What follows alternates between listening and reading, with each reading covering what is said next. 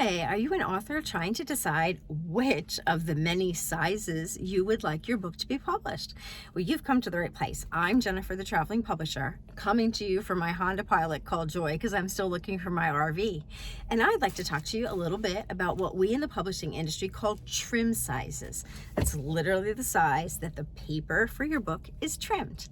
So books come in a variety of trim sizes, ranging from this lovely 5x8 or 5x7 up to the most conventional and common 6x9, square 8.5 by 8.5, all the way up to paper size 8.5 by 11.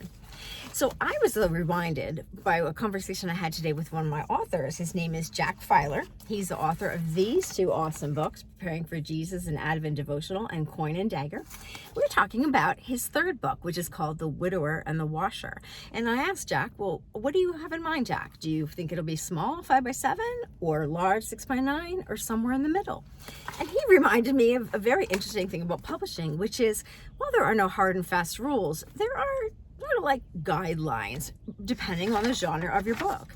And so what I recommend you do is check out a handy guide. You could find this common book trim sizes on Ingram Sparks' website, and I'll put the link in the description. And there you'll learn that general fiction is often 6x9, nonfiction 5.5 by 8.5. It goes all the way down through. The one important thing to remember about your book's trim size, however, is that, like in many industries, in publishing, common and standard and familiar are inexpensive.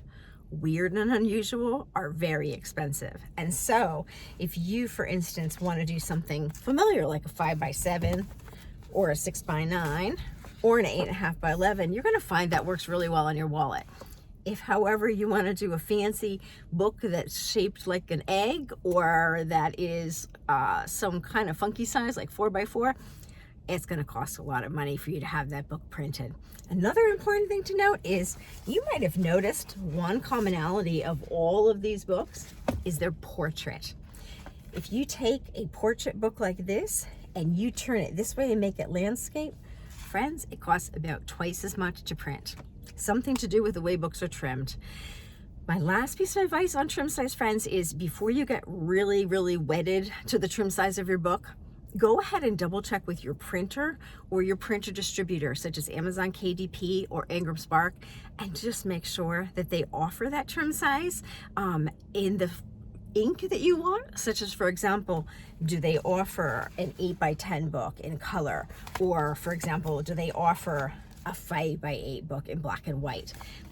Just make sure before you design your book of that size. And also remember that there are also variations in between. The ones I've showed you are the most common trim sizes. So friends, please drop me a comment or a question. I'd love to hear from you because my dream is to make your dream of becoming an author come true. Please like and subscribe for more. Thanks. Bye-bye.